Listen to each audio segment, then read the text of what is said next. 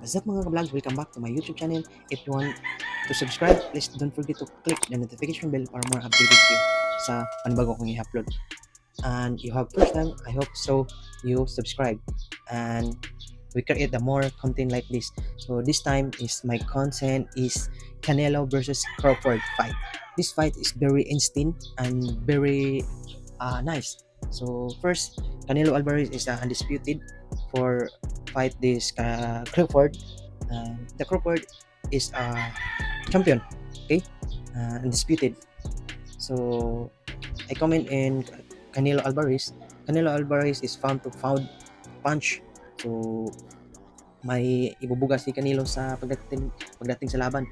So kay Crawford naman, Crawford is a high IQ because the moves of Manny Pacquiao nagamit ni Crawford, kaya advantage si Crawford dito sa laban nila ni Canelo Alvarez.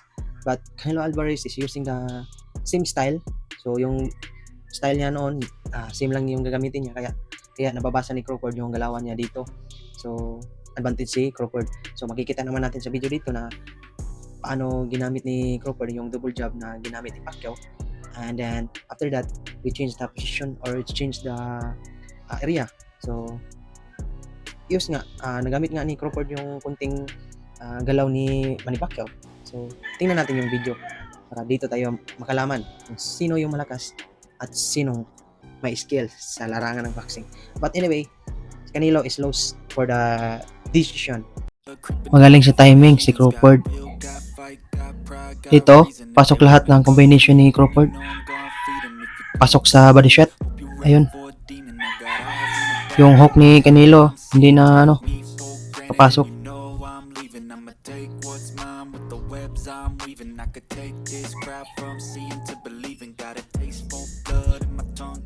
Kita naman natin paano nahihirapan si Canelo Alvarez kay Crawford.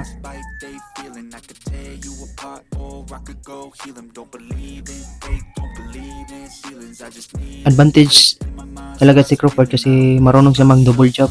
Si Crawford is one jab lang ang magagamit, tsaka body shot, Then kita nyo naman paano nahirapan si Canelo Alvarez kay Crawford, kaya panalo si Crawford doon sa laban nila. So okay lang kung may rematch mas maganda.